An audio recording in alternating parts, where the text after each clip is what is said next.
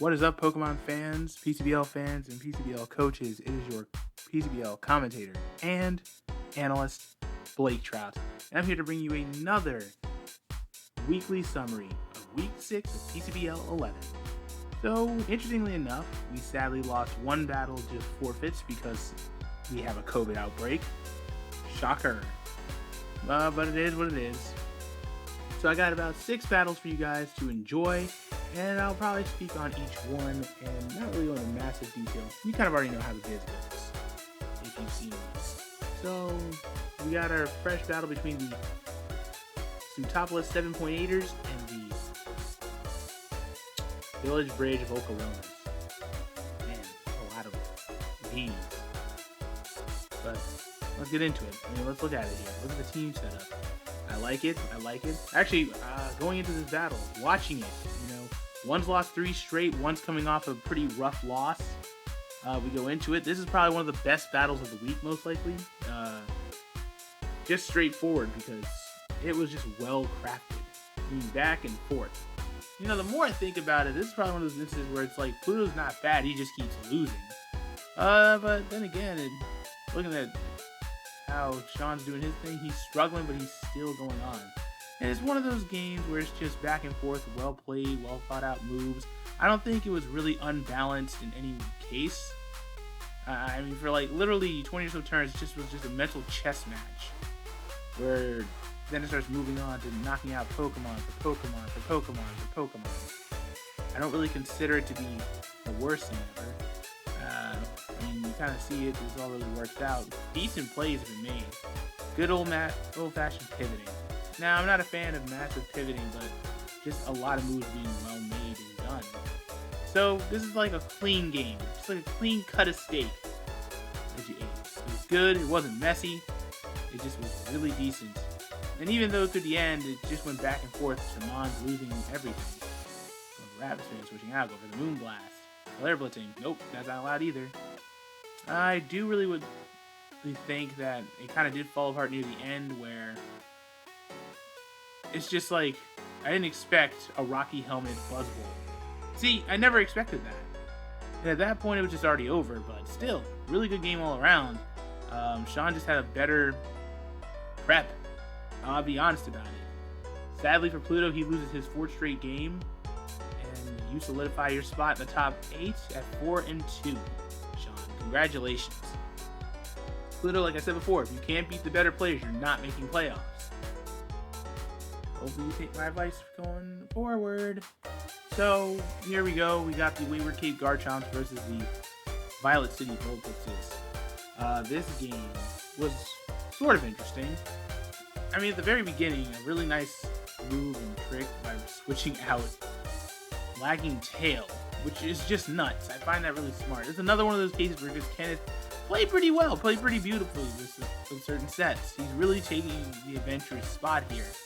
But, I guess I'd say the only issue and problem now is it's not like he's getting ridiculously outdone. It's just he keeps losing.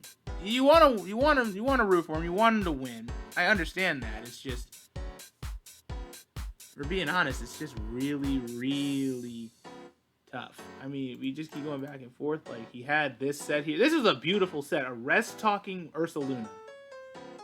It's great. It's just really good. But then it just ends up with Scarf Kyurem taking cheeks. Because people keep forgetting.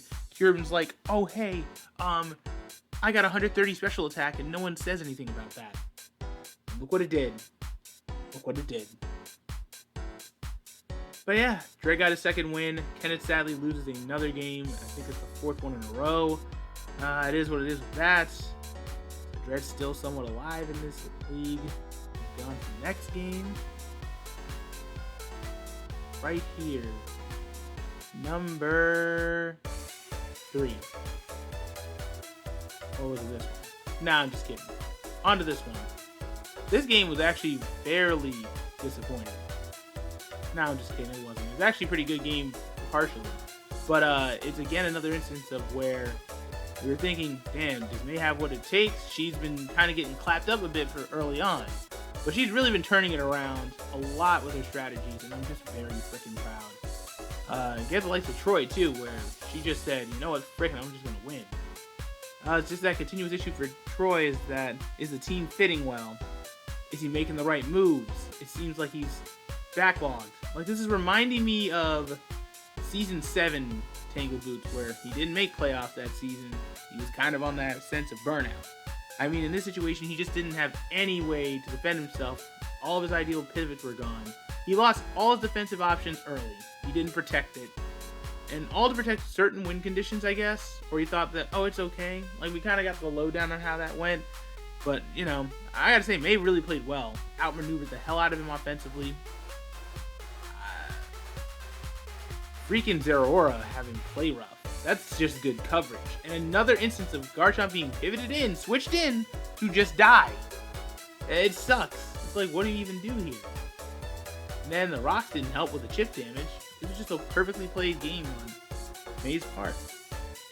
I guess for Troy's case, you're 2-4. You better not be losing any more games here. You got to go on a run somewhere. I mean, who do you got next week? Oh, you got Eric next week. Well, I guess it's now or never for your case. You got to win, bro. So we go into it. It's going to be the Trick House Teeter Dances versus the Salacion Glaceons. I'm going to be honest with you, this game was crappy for Froski. Froski was really one of those players I'm thinking, ooh, he's going to go far in this league, but has lost 3 straight games. And it's getting more and more painful each time he loses. Not only this game was really that sad case of nothing's working, nothing's hitting. Every move he makes gets either countered or just stopped dead in its tracks, and he just keeps getting punished by any type of coverage that Isaac brings to the table. I mean, he got a couple kills with Mega Diancie, but geez, it didn't make much of a difference at all. He lost all of his offensive hitters halfway through the game. It's not good. At that point, it's like, well, what does he do now?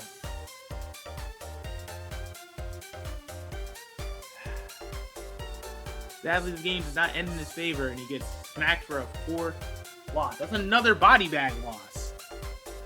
And it looks like, to me, Isaac's starting to make a comeback, too. What's this? This is his 3rd win? Alright, he's got a shot now. But gee bus, bro. Froki, get it together. I just vouched for you in the first 4 analysis. Man. I'm going to be straightforward with you.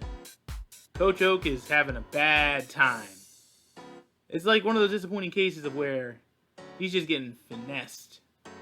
Maybe it's the same thing with Tangle Boots. With Troy, he's just getting finessed too. Maybe the builds aren't working. Maybe the Mons aren't working. Even getting the trades, making it more offensive is not working. Freaking PD just said, you know what, screw you. We're just going to keep attacking and attacking. It's not even a case of lack of defense. It's just you're getting outmatched and outpowered here. Oh, Jesus, prep is nuts. This again ends in another body bag match where Tapas just said, we're going to Spain because I got Tapas. That's the dumbest thing I've actually said, but at this point you get my point. Oak losing his 5th straight game, Purple Dolphin winning another one. I think that makes him 5-1, somewhere in the top 4. He's been doing a very fantastic job as well. Good job. And to round off one of our last battles for this week, we have the Crown Shrine Slow Kings versus the Brickville Darkrise. And again, this game was really nutty getting into it. I mean, think about how it starts off.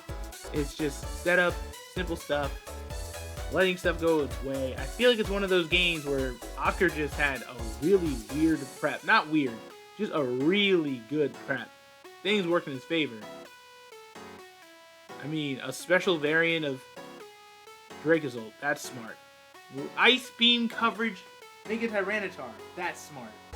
He pulled out all the stops. He knew he was going to get outmatched hard team build wise. So it made more sense for him to basically build up something, give himself some type of slight advantage.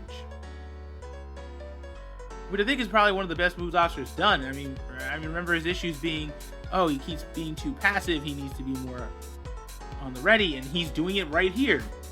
Using specific specific. Nah, we're not using that. Using specific sets that work to his advantage to give him the decent coverage and to help him secure the victory. This is just an amazing game all around. Oh, I didn't even know this thing gets Sand Rush. That's crazy. Well, look what happened. Use Sand Rush to its advantage. It's a good game. Sadly for Bitch RP loses another game. Not even in a BS way like week 1, but it's just he got beaten by much better prep. And Oscar is now clinging to the fringes and surviving. So overall, week 6 was more of its typical, oh, this was okay for maybe a few games, but then some were just terrible to watch. It is what it is with that. Wish I could see the Eevee and Scout game, but sadly it had to end in forfeit because COVID is a jerk. But it's okay. I'll be able to see you guys next week, hopefully, if I don't lose my dang mind, because working 6 days a week really does wear your brain mentally. So, see you around next time. Later days.